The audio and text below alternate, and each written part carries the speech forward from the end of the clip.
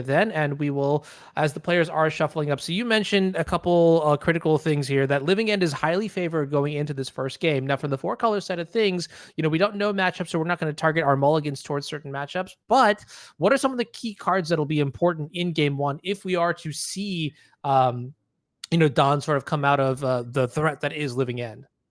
So there are three things that if you're a Dawn DeLozier fan, you kind of want to see happen. One, unless they're in a hand there, Teferi Time Raveler. That stops the cascade. If we're on the play, that can be good enough. And with the Light Halfling, even on the draw, it is now something you can maybe hit. The other thing is we can evoke our Solitudes in response to a Living End. If our opponent goes for sort of a turn 3 Living End, like a quick one, where we force them to with a Teferi, evoking a Solitude will actually typically kill the biggest thing on the opponent's side of the table and then also trade another one. And that means we can start to rebuild. And that's sort of the third thing you're looking for if you're a Dawn DeLozier fan, and that is an early Living End from Chris's side. And then you can stick something like Omnath in order to actually just start stabilizing the battlefield. There's a lot of big creatures in Chris's deck. And with the new switch to land cyclers, we only have 14 lands in Chris's deck this weekend. It means we have a lot of more big bodies that can apply pressure for Dawn. But Omnath is sort of the king of the battlefield. And if we can set that up with maybe, a hard cast Solitude or a Leyline Binding, we can stabilize. But this is a big, big ask. And the ring is good in this matchup, but it's something you sort of have to get to later. And it is a way to sort of buy some time against a resolved Living End and sort of, start to re-catch you up.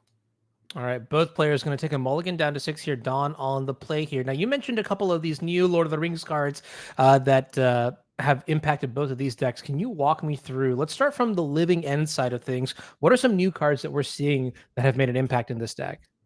Generous Ent and Oliphant are the two big ones. These are just two different land cyclers. One grabs forests, one grabs mountains. Specifically, it can grab shock lands. So what that means is we've seen players trim down to just 14 lands in the deck.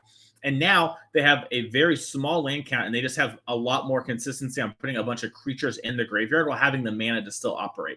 So that's going to allow them to do that. From Dawn DeLozier side, there's a bunch of new cards. We talked about the Ring a bunch this weekend already. The Light Halfling has also entered this deck as a way to sort of have some acceleration, add some uncounterability to the 4-color deck. So that's going to be a big game there. And then last but not least, we see some other various cards jump in from time to time.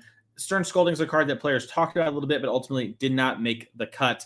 But Leyline Binding and Delighted Halfling are the two big ones. And we've seen Reprieve in some builds, which is the white remand as well.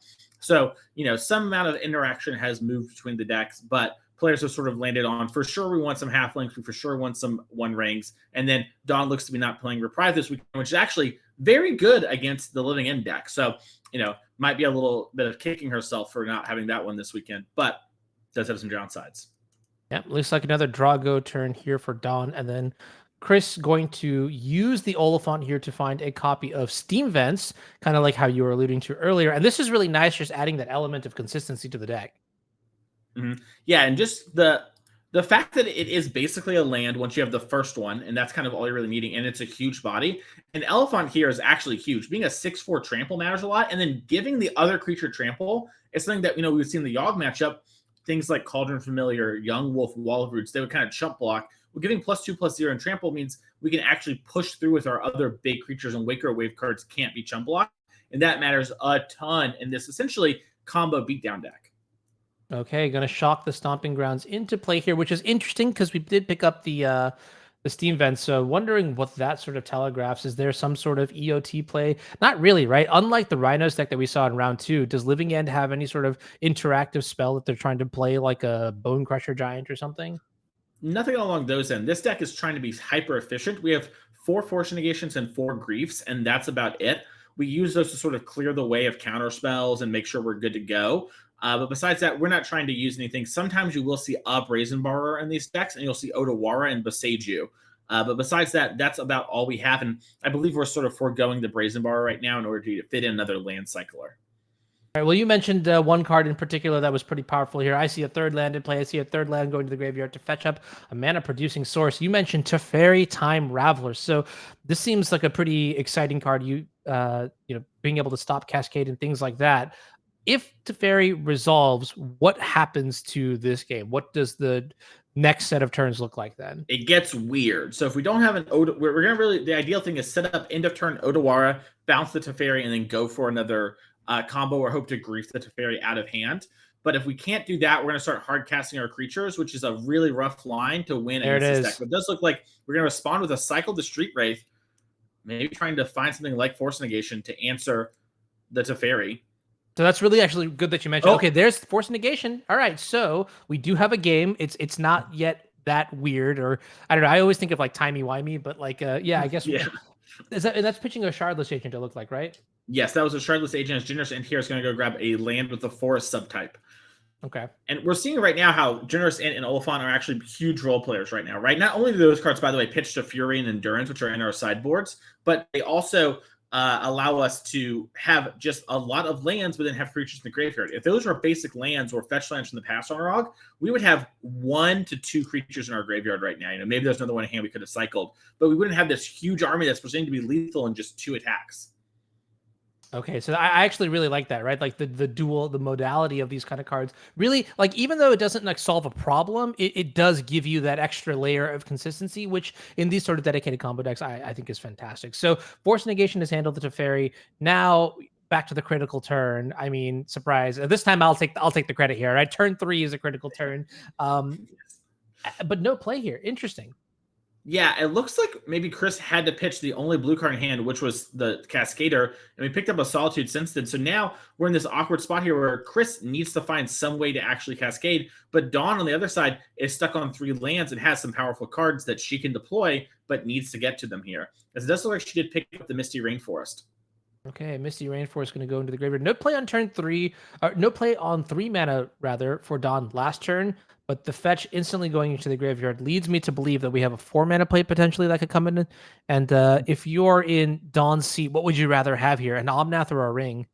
I think I'd rather have Omnath just because the life gain actually matters a lot in this matchup. The One Ring is really good, and it can bait things like Force Negation to prepare for other Teferis in the future, but the Omnath is like a really good way here. Now, it would have lined up perfectly with Chris Anderson's Solitude here, or Subtlety here, my mistake.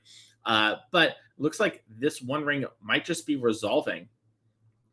Okay, yeah, I saw the mention for the protection trigger there. Force of Negation off the top here for Chris. Just a turn too late, and notably, Chris choosing not to flash in the Subtlety here, which tracks, it makes sense. Mm-hmm. A little fun fact here, you know, I was looking at Twitter and Dawn tweeted that she has not finished a game 1 before her teammates have won the round for her yet. So, no way. Yes, way. So Dawn is literally had a little bit of a mini achievement going here. Try to finish this game before the other 2 teammates win or lose. And she's in a pretty good position now as the One Ring is in play, and that's going to give her a lot of cards. And we're going to see Omnath here get cast, but we do know Subtlety is in the hand for Chris. Subtlety on the stack now. And the cool thing too is we're paying the full retail price, so we get to keep the 3/3 body, which, you know, might be at ends with Living End, but it's going to go after the Omnath. Omnath goes on top of the library here. And do we have a land drop to finish the turn? It doesn't look like we do. If Dawn doesn't have the land, I think she should have responded to the Subtlety and just drawn to try and find the land drop. Because although you want to have lands with Omnath, you do just want to have mana in general, and the Ring will find you that along with Wrenn and 6 in your deck. So probably a slight misstep there from Dawn, but when it's not the end of the world here, as a Strike Riverwinder is cycled. Ooh, Drew Living End. Is that how we want to do it on a ROG? I'm just going to really quickly consult my notes here. Let's see. Legacies, starter guide for modern. No, you actually do not want Living End at all. Yes.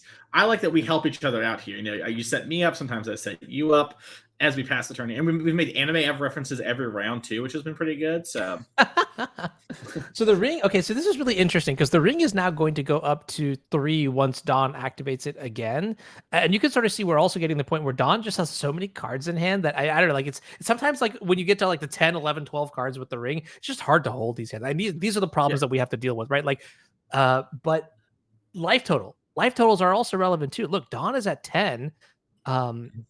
Are we at risk here? Are like, should we be afraid? It depends. Yeah, if this Omnath sticks, which it looks to be, we're in kind of a good spot. Dawn also has Solitude in hand, so she can pitch something like an extra Omnath or maybe a Teferi in order to get rid of the Subtlety. So we are getting close to the worry point. It looks like she didn't pick up a land there at all either, which is incredibly unlucky for her. But you can see her sort of like, no. like I've got stuff going on here. And it looks like she's going to pass the turn and try to move to discard. You're going to want to respond before that happens, because if your opponent discards, you can't do anything else after that. It is interesting not to see Dawn go for the subtlety, though. Okay. I was going to say, this is really interesting, too, because once we move to discard, what seems to be happening here is that's 2 creatures that she's put face down.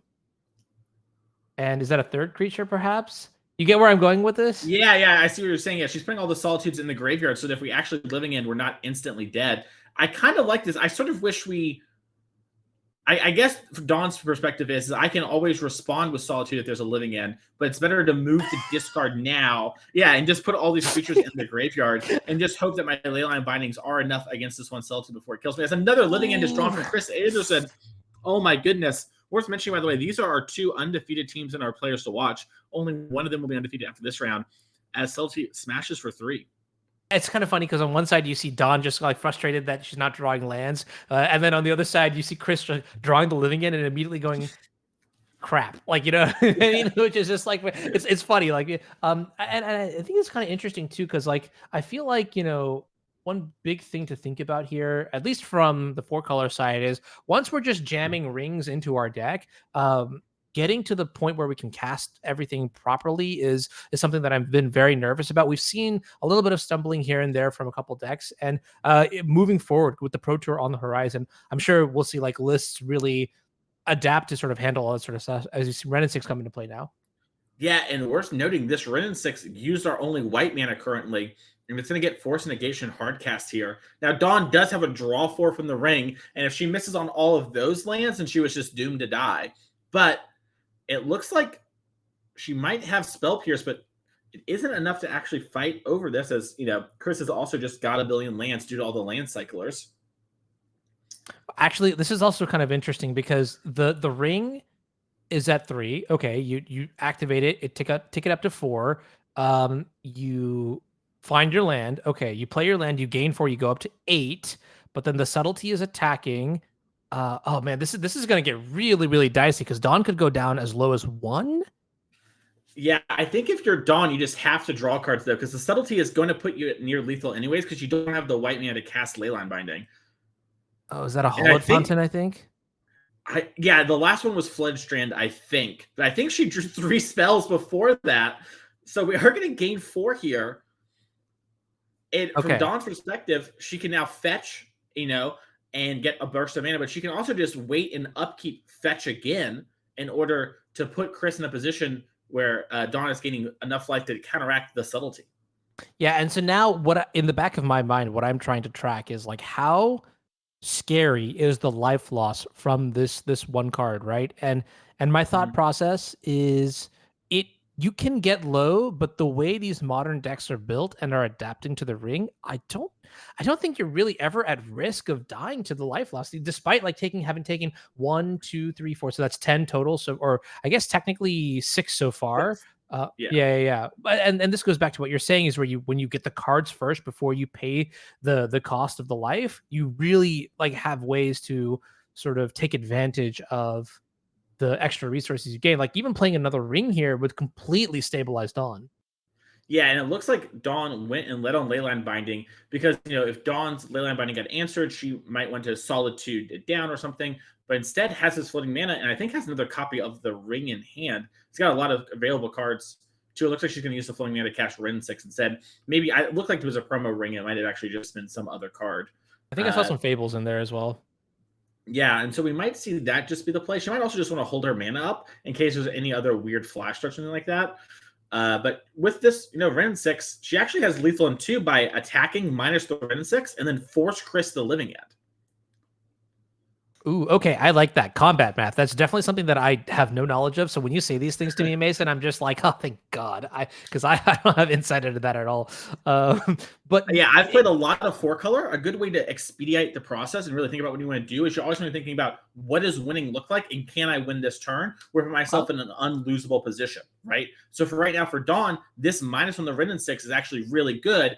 Yes, you want to have lands for your Omnath in the future, but if this Ren doesn't, the Omnath doesn't get bounced, you want to just, you know, hit them and then present lethal. Yeah, and we see Dawn minusing on Chris saying, hey, you're at 5. you have one turn to reset the board. And even if you do, I have all these Solitudes and Omnaths in the graveyard. The game is definitely not over. And here's the Delighted Halfling into play now as a potential blocker should it need to be. But it's funny because before the match actually began, Mason, you were telling me that it's like it's living in. It's gonna be a really short game one. We're gonna be able to see some other forms of magic, but like no, Don is just like, hold my beer, Mason, because I am not going to lose. I'm not going to take this L. And honestly, really impressive that using the ring, we're able to come back into this kind of position. Yeah, and it looks like Chris here is leading with grief, and we're seeing Dawn considering maybe evoking her Solitude to gain a little bit more life, but we know Chris actually just doesn't have anything in hand. So that's not true. Dawn, Chris has another living it. Sorry, I didn't mean to. Yeah, sorry. He has the namesake. Oh, so bad for Dawn. He has the namesake in hand. What will she do? As we're going to see Solitude actually get rid of that grief. That way it won't come back if there was a living end. And then Dawn also now has another Solitude in the graveyard. So if we did living end, and yeah, it looks like our hand is Bindings, Pierce, Fable, and Hollow Fountain. You're correct. Yeah, you have an eye for Hollow Fountain. This is like on Magic Online, like when you win, and then it gives you the option to like reveal your hand, but you're just like, I still had all D's, by the way. This is pretty terrifying here. Plus, on top of that, okay, it looks like we're gonna hard cast Regenerate. Sure, that's fine. It resolves. I allow it. The next turn, we're going to take 4 points of damage for the ring, but then we get to draw 5 cards for 0 mana. Like, that is insane.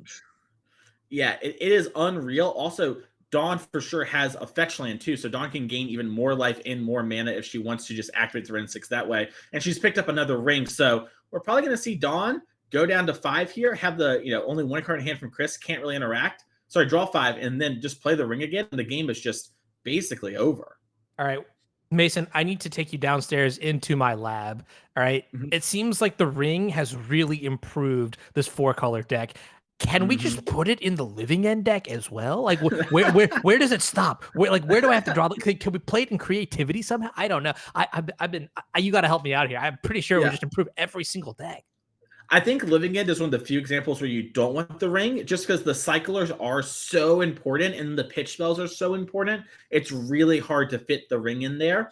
But maybe we'll see a world where players start sideboarding the ring in order to have something for the mirror, because living in mirror gets weird. So we're going to see Dawn play the fetch land here, gain the 4 life, and then Dawn's just, you can tell right now, she's like, okay, this is my game to lose. I need to make sure that I just don't accidentally mess anything up. So I'm just going to take a second, think through my whole turn. And when you draw, 6 cards on your turn there, it adds a lot of new information. It's a lot harder to be very quick and snappy with your plays that we might see from Dawn with other decks, simply because we're in a position where we have so many new information at the process. And the Delight Halfling making this ring uncounterable, even if Chris, had 2 cards in hand for the Force Negation, means that's not going to happen as the ring enters the battlefield. And yeah, you're going to see Chris pick it up.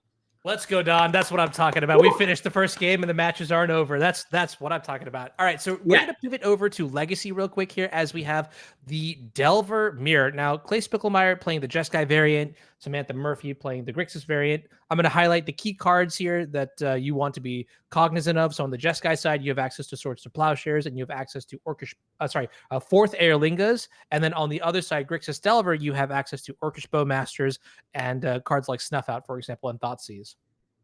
Mm-hmm. It looks like we're going to see Dragon Rage Channel into Bobble, a little surveil action. Yep. So who's sort of favored in this sort of matchup? Because they're both Delver, but one player is choosing to play Bowmaster, one's choosing to play Fourth Airlingus. What is sort of what moves the needle for these sort of decks? Like, why this over that? Yeah, great question. And I think the actual answer is it's pretty even. There's at the end of the day, these are both just like Izzet based decks that have largely the same core, and it really boils down to who's able to I would say Orcish Bowmasters is probably a little bit better than Fourth Airlingas here, given that being able to ping a 1/1, like in this situation, you have Dragon's Rage Channeler, is a big deal. Being able to punish Brainstorms and Ponders. Also, the Amass token is just like nice little value. But, Clay Spincklemire is a ridiculously talented player. And also, Fourth Airlingas has the propensity to do some crazy things. Swords to Plowshare is also a really good controlling card. Yeah, we're going to see Samantha go Delver into Ponder. Now, that's not one of her Eternal Weekend Ponders, because Samantha here top-8'd the Eternal Weekend with Doomsday here, so she's no stranger to Legacy. Was it Doomsday or Doompo? It was Tempo Doomsday. Tempo Doomsday. Love it. Love it. Yes. So interestingly enough here, Ponder resolves, and we're definitely going to try to flip both of these Delvers. We want to get as aggressive as possible here. But the hand on the head there, that might signal that maybe we just like here's the thing about Ponder too, is like it's the kind of card that you play and you like I have found over my years of playing Ponder, I am less and less and less inclined to keep on Ponders because I want like either two really good cards or bust. You know what I mean? I am not really. I think there's like a fetch land in there, for example. I'd shuffle just even because that fetch land is not very good enough. You can see Samantha going for the shuffle here, which I think is an indication of we're really looking for some very good targeted cards. Yeah, I think Samantha had a situation where it was land spell to flip Delvers and was trying to figure out, is it worth having, these sort of dead draw in exchange to flip into Insectile Aberration. Decides, I built my deck with Delver in mind. I'm just going to count on it to sort of do its thing. Yeah, and I think here's the other thing too, right? Is like I firmly believe there are two types of Delver players, and I hope I don't look like an idiot saying this, but the best Delver players are the ones that don't really need Delver to flip to anything super special or super scary. That just like naturally happens, right? And so we'll see how this progresses here, whether these Delver secrets choose to flip or not. It does look like the modern match is about to start game 2. I'm going to ask that we just watch like a couple more turns of this because I think the first few turns of the Delver matchup is super really it's just always very interesting. And then we could pivot over to get back into modern to see the conclusion of that as another Dragon's Rage channel enters play. Yeah, and then a Delver gets cast as well. Yeah, from that side, if you're a big fan of that and you're looking for something, you really just want the high impact sideboard cards, which Dawn came prepared for. I was quickly looking at her sideboard. I think she had about 8 cards for the matchup. And when you win game 1 against Living It as 4-color, your win rate shoots up dramatically, way more than a normal matchup. Normally, your favorite, you already won a game, but your sideboard cards are so good in that matchup if you bring them that it's going to be pretty favorite for Dawn. So I like the idea of sitting here and sort of seeing what happens. Samantha doesn't flip her Delvers again. Yeah, this is actually really damning because this is like the aggressive potential to force your opponent to make bad exchanges by virtue of their life total being low, and then you're like pigeoning them into certain corners. Is we're losing that option, right? And also Clay just also really aggressively playing to the board here, matching the double Delvers with a third threat of his own. So like, I mean, we really need something crazy like an Orcish Bowmaster to start to stabilize the board state here because that generates us value, and then also gets rid of one of these Dragon's Rage channelers or Delvers, whichever Sam thinks is better.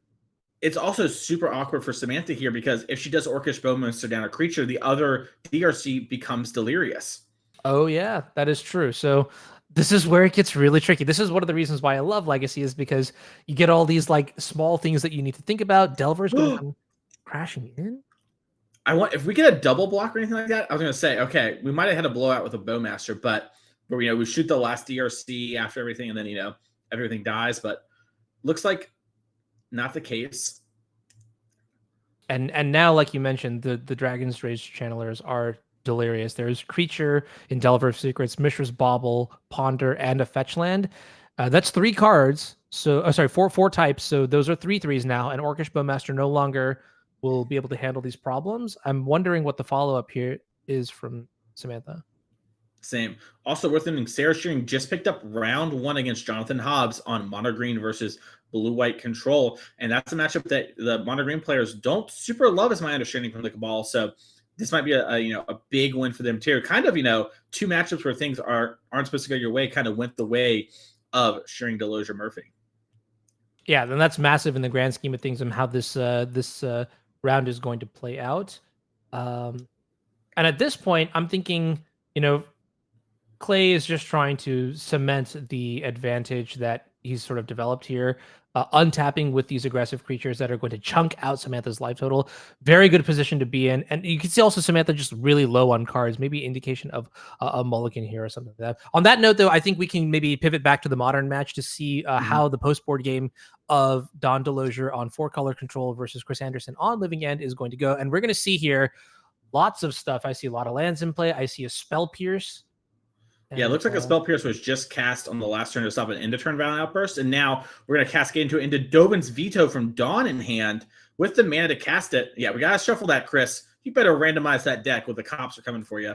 As Dawn didn't have the Teferi, had the Teferi, but chose not to play it because she wanted to hold this double counter turn and looks to be working out for her. She also has Endurance, so Dawn with an interesting play here. She can actually invoke Endurance on Arog, and if Chris doesn't have a way to answer, then Chris's graveyard will be gone, and Dawn will be left with an Endurance in play. I was going to read out the graveyard. I think I saw like one of the land cyclers. I think I saw a Striped Riverwinder, but at this point, it just doesn't matter, right? This is insane value, right? Yeah, it's so good. And it looks like, but Chris with the smart play has an Oliphant that he can cycle. And now, it's going to be Oliphant versus Endurance, not the worst place in the world, but it's definitely not great. Another thing to keep in mind is Dawn still has the veto, so she gets to make the choice. She can also, on our Solitude, down the Solitude into play, have it evoke and die, come back and Solitude down the Elephant, and now Dawn's ahead on board. Are you pitching the Teferi or the Dovin's veto for the Solitude I would line? probably pitch the Dovin's veto just because I can untap Slam Teferi. And if Chris has Force Negation, then both our hands were just insane this game. And it's like, whatever, these things happen.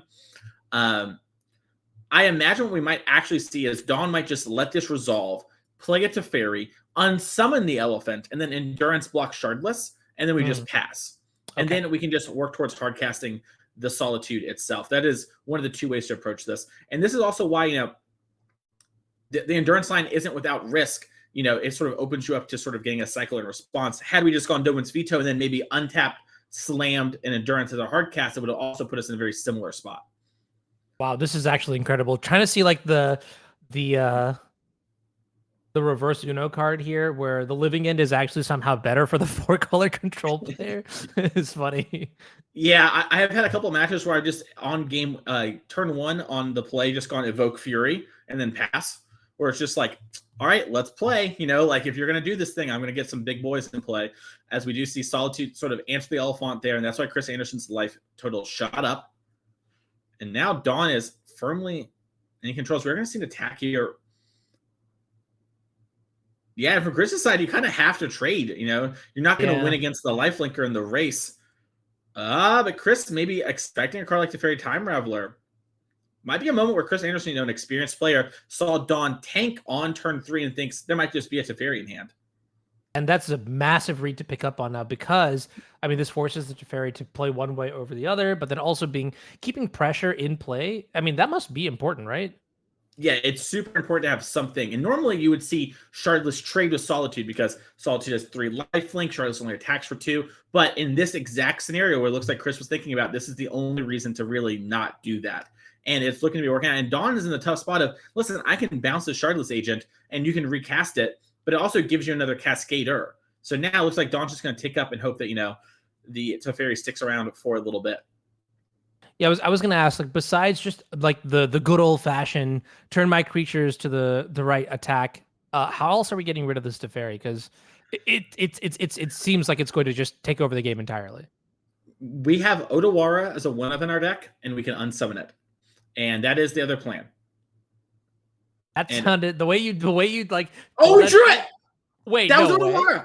Yeah, we just drew Odawara. Huh. The way you said it, you really made me think that it wasn't going to happen. And now, oh my God. Okay, all right, wait. We actually have a game here, which is pretty good. Okay, cool. Yeah, I'm with is you. Actually super huge, because even if we don't go for it this turn from Chris, right, and he's signaling it pretty hard to shock in that Steam Vents, someone like Dawn who plays a ton of Modern. Now, typically she plays Murktide, not 4-color, as we see on the tour here, series here, but she's going to pick up on, okay, Odawara is the only reason Chris would do that outside of some crazy cycling turn. So if Chris doesn't just cycle like a bunch of cards at the end of turn, Dawn knows, okay, a future Odawara might be coming my way. And we do have a Violent Outburst in hand to actually cascade again. So now it's just about getting the creatures into the graveyard.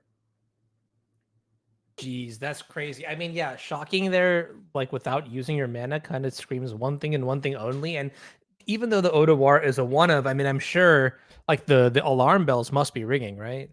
Yeah, and Dawn might be thinking maybe Chris is trying to psych me out or something, but from her perspective, it's really the only thing she has to worry about. Nothing else can really be a problem. So we're going to see her try and develop some mana here.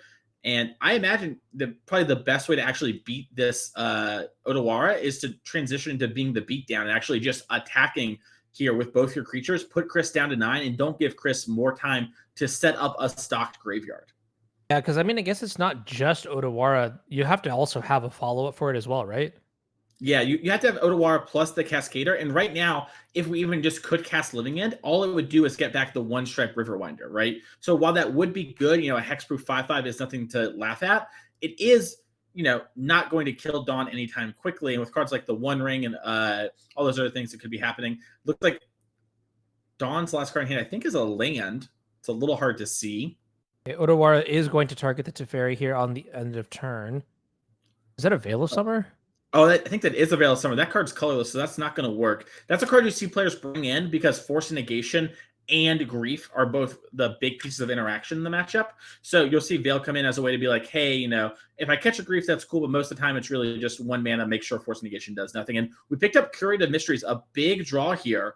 That's going to give another creature into the bin so that we can... Oh, there is a Violent Outburst. Yeah, I think... Yeah, and from Chris's side, no reason to do anything quite yet.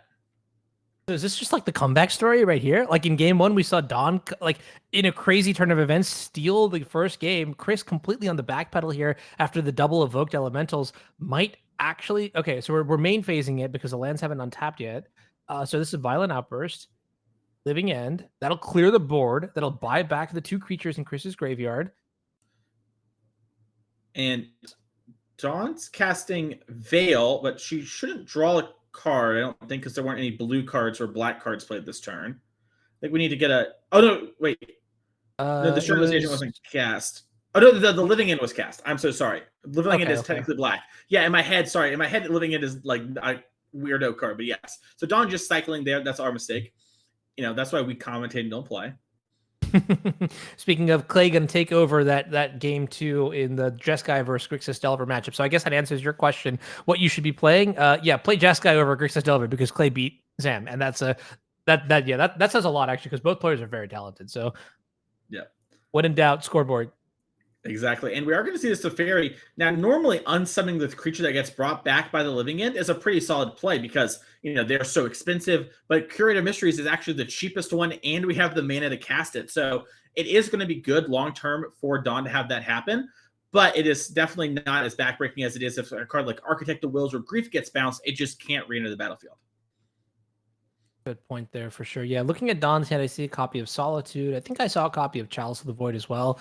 Those both seemed like pretty good here. But I guess Striped Riverwinder, as far as the Cascaders or the Cyclers go, this must be one of the best ones. Yeah, it is the one that is sort of the hardest for Dawn to answer. In fact, it's kind of just double blocking is all she can do. Unless she decided to splash Shadow Spear this weekend, which I don't think she's doing. So she's going to have to just, get 2 Solitudes or a Solitude and Endurance and do that. And we're seeing her fetch right now to actually get another land drop with Red and 6. And I imagine we'll see Dawn just put the Chalice for 0 on in play so that we don't have to worry about any future Living Ends and just work towards hard casting the Solitude. And we can actually race the Riverwinder for a little bit, and we can use that as an answer for the Curative Mysteries in hand as well. So Dawn in not the worst position ever right now. All right, Force and Negation is the top deck there. I think I saw a Grief, and I think I saw another Violent Outburst. We're going to go ahead and recast the Sphinx, and Dawn, not in the worst position, but we don't have very many draw steps. Yeah. We drew Hallowed Moonlight for the turn.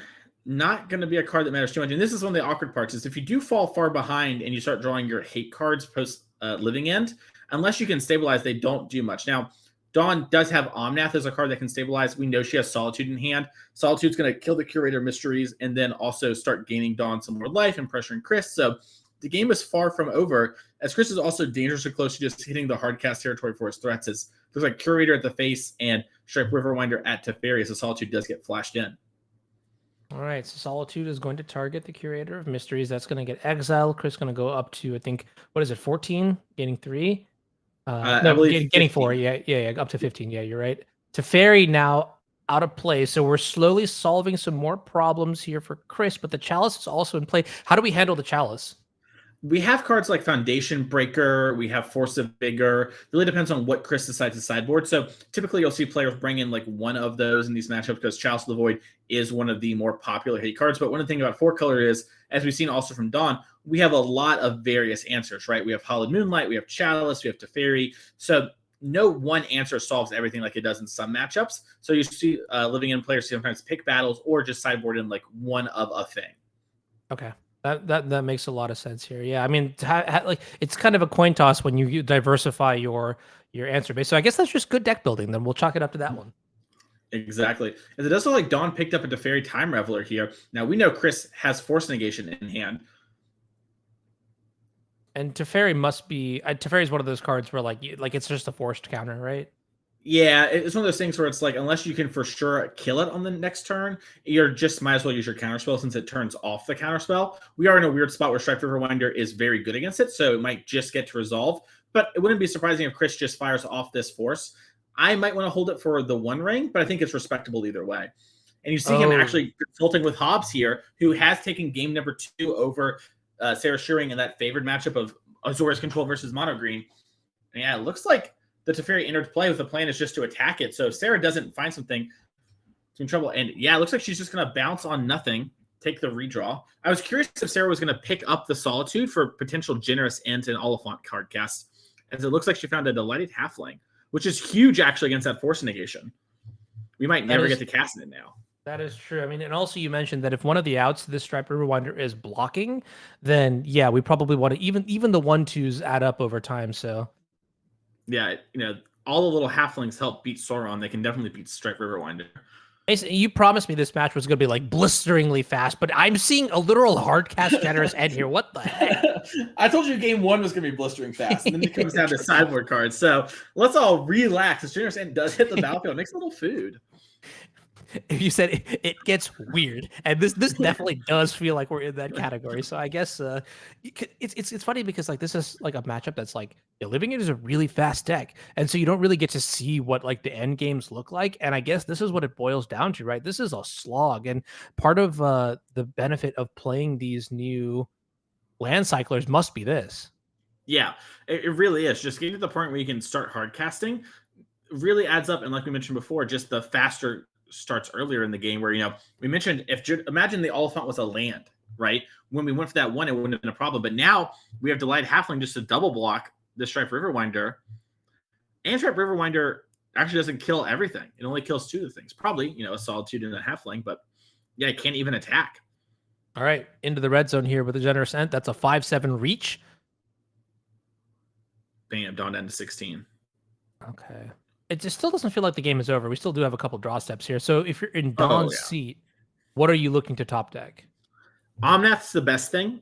Omnath plus we're holding fetch lands in hand. You can see that from Dawn as the Elephant is drawn, and looks like Chris is considering a double attack there. Decides not to. That's big. Yeah, the Elephant's going to make the trample really add up. And it looks like, Dawn even went for the chump block. Actually, that's interesting. Oliphant's it's a 6-drop. Okay, it is. Yeah. Mm-hmm. So here it is, and this is going to be the weirdest game. Oh, it's the ring. Dawn needs to use Delighted Halfling here. She needs to be respecting Force Negation. You saw them talk about the Teferi Time Reveler. You know they have Force in hand. Oh. Does he have the blue card, though? And he does. Oh, my goodness. And it looks like Dawn, though, has Spell Pierce. She was setting it up, want to have the blocker, and now the ring enters the battlefield, and this is huge. Not only is it going to start drawing cards like normal, but that one turn where Dawn doesn't get attacked can really add up. And now our cards like the Teferi Time Reveler can unsummon the ring and do it all again on Arog. And we picked up Omnath for the turn. What's that meme? Oh no, here we go again with the ring and Teferi. Yeah, just fogging through your whole deck. This is actually crazy because Dawn was just massively ahead after like using that reverse jutsu on the living end, and then we suddenly have like 5/7s and like 6 power creatures in play that give trample, and now Dawn's like, this is my final form, here's the 1 ring. I just don't like. First of all, okay, let's start here. We've used the Odawara. Do we have a way to get it off the board, the ring? Do we have a way to get the ring off the board now? I'm going to check. Normally players play just 1 Odawara and 1 Boseiju. Boseiju obviously does nothing. Looks like we're playing 2 Odawaras this weekend. So we are live. Okay. Because I feel like here at 15 life, with the protection this turn, we're not taking any damage. I feel like we're so healthy and able to use cards. But okay, well, here's another creature. So It's worth mentioning that these creatures are big on Arog, right? Like they can actually just attack in. So we need to find stuff like Solitude to actually, and removal spells, which are typically, you leave Solitude in, but you cut Leyline, Binding, Prismatic Endings because they're not very good unless you ever hit this end game, which is so hard to hit in the first place. yeah. So Dawn might actually just die even though the One Ring's going, or get very close to death over these next 2 turns. Now it looks like she picked up Teferi Time Reveler. That's a good start. That's a great start. We are going to want to use Generous this time. I'm sorry, Delight Halfling to make sure it resolves. But that's going to reset our ring and just give us more time and just more chances to find Solitudes. Oh wait, when did this Omnath? Did I just totally missed this Omnath was in place? So like, oh, it got cast last turn. Yeah, it was to draw off the ring. Yeah. Okay. So I think we might actually. It's close. It's really, really close, I think, still. But Teferi being able to like, so I like to think of the Teferi plus the ring as like just playing like Turbo Fog almost, where like you just use the ring to draw a billion cards and you find a Teferi there, then you bounce it and redo it again, and you just rinse and repeat. And so, as crazy as the board state looks like from Chris's side, now I'm starting to get the vibe that Dawn's got this wrapped up. Well, so it's going to be really close. It looks like it's wrapped up, but the creatures in play are really big. Yeah. And they attack through everything. And so Dawn needs to actually maybe make this game about life totals. And if she might want to save a fetch land in order to do 4 to Chris and actually have Chris have to attack down the Teferi. Because Chris is incentivized to kill Teferi because Teferi will start ticking up and threatening things like Supreme Verdict, which it looks like Dawn might not be playing this weekend, but some players do play. And also just a rebounce of the ring. So we'll force our opponent's hand a little bit. Looks like Dawn's going to decide to try and just use a bunch of mana this turn, which is another totally reasonable, respectable way to go about things. Looks like she's just going to use her floating mana. Yeah, it looks like she's going to use the Halfling and save some mana. This is juicy. This is like I do this in Legacy as well. An uncounterable Teferi off of a Delighted Halfling. Crazy. Bouncing the Solitude. Okay, so bounce the Solitude so she can actually get rid of either the Flyer or maybe the Elephant, whichever one she sort of deems to be the bigger problem here. Both make a lot of sense. And this might be that, Dawn's saying like, hey, I don't need to worry about too much. I got all this covered. And actually, I think Dawn might have a strip mine basically with this Boseiju because the deck only plays 14 lands. 4 of them are fetches. 2 of them are Botanical Sanctums. So we're really close to running out of lands here.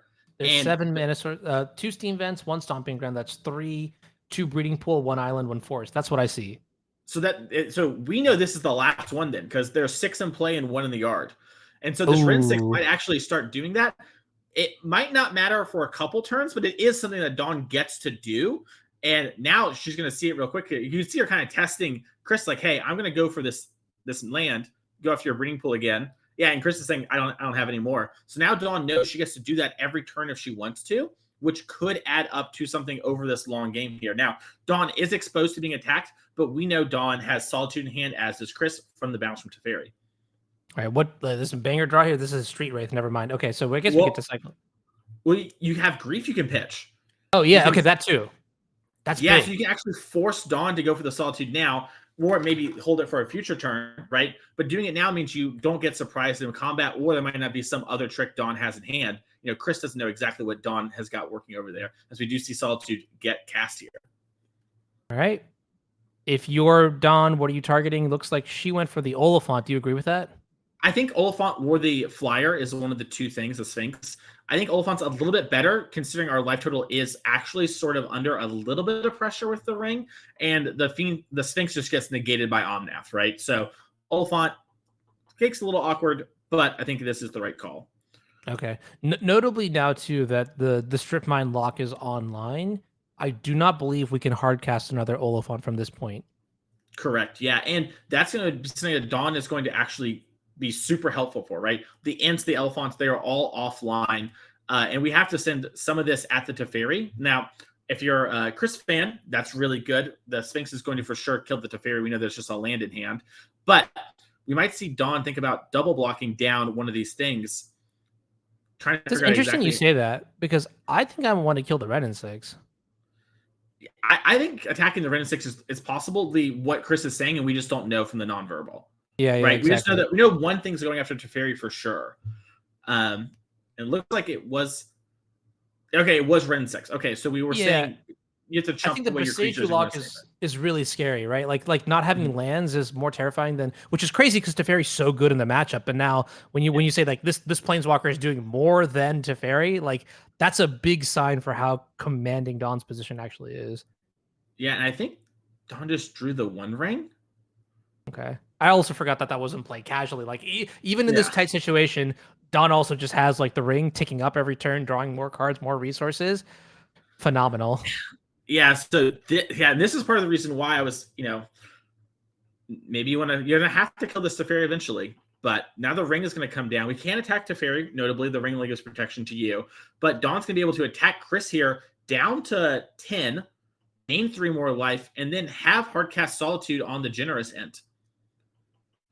All right. Casting a ring into a ring. And let's see. That's going to give us protection again. You can see here it's a legendary artifact. When you cast it, that's when you get the ETB trigger. If you do not cast the ring, for example, if you are, I don't know, transmute artifacting, because that's what my legacy mind thinks of, you don't get the trigger. But here we are casting it, and here we're getting the trigger, and here we are removing burden counters effectively, which is very powerful. Yeah, this is a big thing that players missed when we first saw the One Ring was, okay, what do we do? Like, the ring's going to hurt us. And we realized after playing with it, legendary just means we can play 4 rings in our deck, and it's a self-solution problem. This Creator Mysteries does get to surveil every time a card is discarded. So we're going to see a little bit of action here. And looks like Dawn's just going to be like, hey, I'm just going to get rid of this before you start chaining off a bunch of cycles and find some way to beat me. Okay. Yeah, I guess what you're telling me now, Mason, is that we need to revert the legend rule back to the OG, where it's like when you have a legend to play, you can't play. You literally cannot play the other one. Yeah, that seems to be the case. Maybe the ring should have had some text on it, like you can only put 1 ring in your deck since it is the 1 ring. But that is a little less appealing of a card for sure. And it looks like Solitude's actually going to generous, and I really like this because now the board is like the biggest thing that can come down are more Curator Mysteries, is what Chris is looking to cast. And if Dawn ever finds a Ren 6 or something, we're going to have that as an option. As looks like we're going to cycle Street Wraith. A lot of light gained here for Chris. Gets to surveil and then draw. Looks like if Subtlety was found, that's actually pretty good at stopping an Omnath from coming down. Of the cards you can cast, that is one of the few good ones. And it looks like a mystery is going to hit Teferi. Yep, that seems pretty good there. So no more Planeswalkers. I don't know how many cards Dawn has in hand, but with the ring, I'm just going to assume that we're close to 1 billion cards in hand. So that is pretty powerful. Notably, we talked about one card earlier. I wonder if this isn't Dawn's list, but it was Minamo, the legendary land that allows you to untap the ring to draw some more cards. Yes. I don't know if that's in this list. I don't think I saw it earlier. It is interesting. Yeah. It works pretty well with Omnath. You have to attack, make vigilance. Yeah, it looked really good with Emery earlier too. Mm-hmm. It's pretty good as Teferi Time Raveler. If they tap it, then you can untap it. Just let them know that you're the boss. Like they fire ice down your Teferi, like they ice it, and then you untap it with Manama. That way, you're like, hey, not in my house. As we do see Teferi get cast here in Subtlety. Okay, that's not so bad. Does Dawn only have lands in hand? I think so, but luckily Dawn really heads up here. Actually decided to wait on her draw in case of a card like Subtlety, so now she can redraw and actually unsummon and sort of continue the attack force. We might also see Dawn just offer the trade with Solitudes to the Subtlety and see what Chris wants to do, because it's not clear to me that Chris can actually trade and keep up in the race. Yeah, I think now Chris only has 1 card in hand. Can't really top deck any of the really scary. Do we have any more living ends left in the deck? Funny that I'm asking. I think we have that. 1 because of the endurance at the start when we came in here from our backup match. Okay, but we still need to kill the Teferi first, and also get rid of the Chalice, and then also see if there are, because there's an Omnath in the graveyard, at least. So we need to be able to manage whatever is coming back. So yeah, I don't know.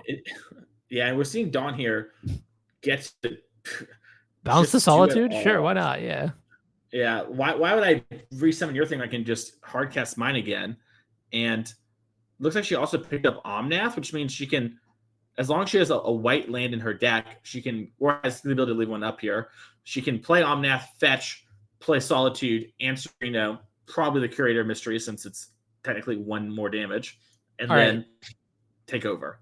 New thought. We need to finish this match before the last match finishes, before the other match, the Pioneer match finishes, because I want to see us at the end of the day just be like, all right, well, how many matches did you win, Don? Just the one. What happened to all the other ones? Yeah, just DNF, like casually, like teammates either carried me or didn't or whatever, Yeah, exactly. Yeah, Dawn makes the winner's interview, and she's like, I won one round, but she's needed to win that round because Samantha did not win her round against Clay Spincklemire. So it's both on Dawn and Sarah is in a bad matchup. Mono Green versus Azorius control is something that's pretty favorite for Azorius. I know some of the, people like Bipor and Nelly have this way of approaching the matchup, and they have plans, but they sort of admit like it isn't the greatest matchup and not the one I'm super happy with. Mm-hmm. I also think it matters a lot on how strong your opponent is when it comes to those sort of things. And Jonathan Hobbs is known for far and wide for playing these sort of reactive I'm going decks, to actually ask you a question, Mason, and maybe for production too, is if we could just check in on the Pioneer match to see if it's a little bit closer. This one seems, close, but I think Dawn is sufficiently ahead enough where we can like step away for a second, if that's okay, to see what's going on. Oh, so we have a little mini camera. That game is in the heats of it. Let's transition there then. Yeah, let's do that. Yeah, we'll come back here in a couple of minutes if things don't look crazy. But it looks like what Sarah's doing is she has hit the combo portion and is actually presenting a kill if Hobbs cannot stop it. So what's happening here is Sarah has enough activations of the Planeswalkers with the Chain Veil to activate the backside of Cauldron to gain life off Regenerative Burst, replay all these things. She's generated a loop. She's shortcutting the loop right now, but basically she's making plus at minimum 1 mana and plus 4 life. She will then, at the end of all of this, cast either the Stone Brain and name every card in Hobbs' deck, or she will then play the Cauldron itself instead of Regenerative Burst to mill Hobbs out. So Sarah has a couple different win conditions from this point, but she also basically just has her entire sideboard in her hand and also the ability to activate Stone Brain multiple times. So we might see Sarah do something like cast the Stone Brain, name Absorb or whatever counterspell might be a problem, right? Then if Hobbs doesn't have it, she can go for the normal one. And if she does, she can exile her own graveyard to put Stone Brain back in exile and re-grab it with Karn. So Hobbs, let's go back to Modern. So Hobbs just lost to Sarah. Got it. Glad that we got to see like the final seconds to see just how it was done. Let's jump. Let's check out Modern real quick and see if there's any potential way that Chris can maybe sneak out of defeat here. Oh, sounds like those. So while we went away, Chris conceded to Dawn. So congratulations to Shearing, DeLozier, Murphy. They are now 3-0 in our tournament, defeating their other 2-0 undefeated players to watch team. Those were two of our players to watch, of our best teams, and now our only undefeated team left are those ladies crushing it.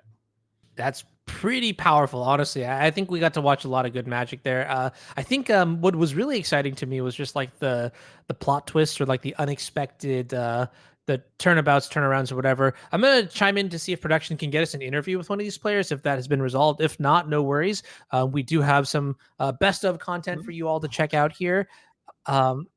Okay, looks like we do have interviews coming in. So Mason, what was the most exciting thing for you from that match?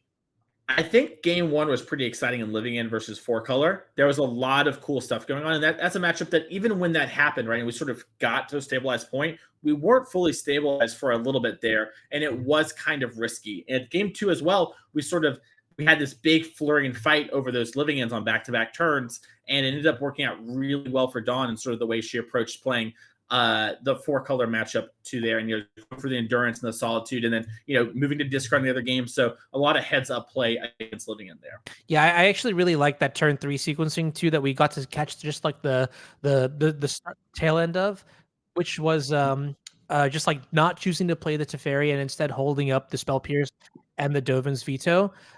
It does look like Dawn is available for the interview, so we'll be transitioning to that very shortly. But yeah, I agree with you. I think that was kind of like really interesting sequencing. It definitely was. And let's see if we can talk to Dawn here. Dawn, how are you doing? Congratulations on being 3-0 so far in the tournament and in winning your first match of the tournament. Yeah, I actually haven't completed a game until this match. Let's go. Both my other games, my teammates just won so fast because they're absolutely amazing. So they were able to beat me to doing that. This is one of the reasons why I love team tournaments, is because I know whoever I'm teaming with, they're easily just like better than me, and so then they'll just carry me to the top, and I have to win just like one match a day or something. That's like nice. I just like chilling, you know. Exactly. I love it. I just get to sit back, like cast my Omnas and whatever, and then I know that Sarah's just like infinite comboing over there, and I'm like, yeah.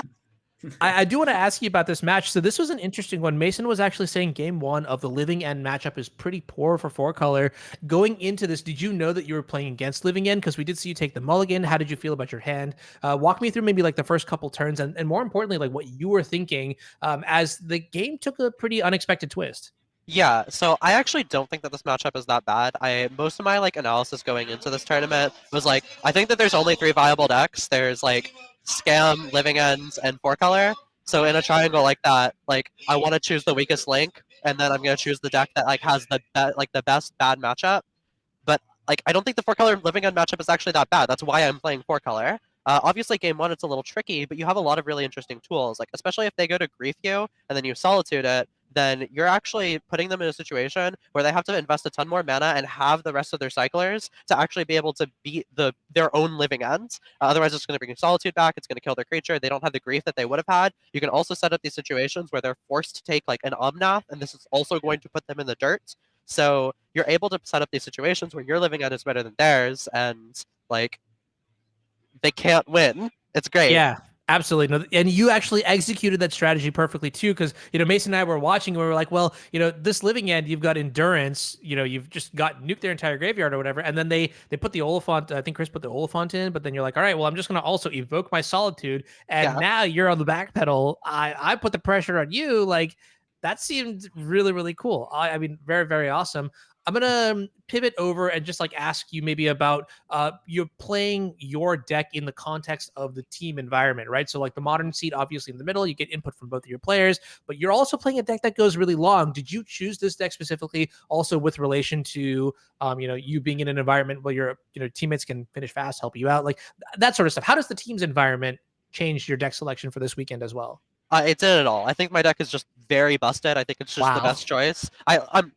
I'm going to be honest here. It's like, it didn't impact my deck selection at all. Sometimes it would. Like, at first, I was going into this tournament, and I was heavily considering Living End as a contender, because even though Living End is a very powerful deck, it's also a little bit variance-prone. But if I have 2 great players that I can, like, expect to at least do somewhat well, like, in their matches, then I'm okay having a little bit more variance in the deck that I play. But then I just started playing this deck and testing this deck, and it's just busted. So, like, that's the most important thing. The actual gameplay, the actual quality of the deck matters more than anything, so that's why I played it.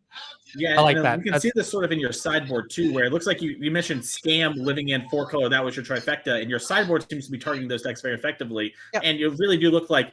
And I was telling Honorog this in the booth. Winning game 1 is huge. You have like 8 cards there. So congratulations on your good deck selection and deck building. Sounds like the round is starting, so we're going to let you go run off and do that, so that way we can get everyone in the booth. Congratulations on and good luck in the rest of the tournament. Sounds good. Thank you. All right, so we're going to cut it back to a break here. We'll have some best of content maybe for you. Round 4 is coming up very, very soon, so don't go anywhere. We'll see you in just a moment.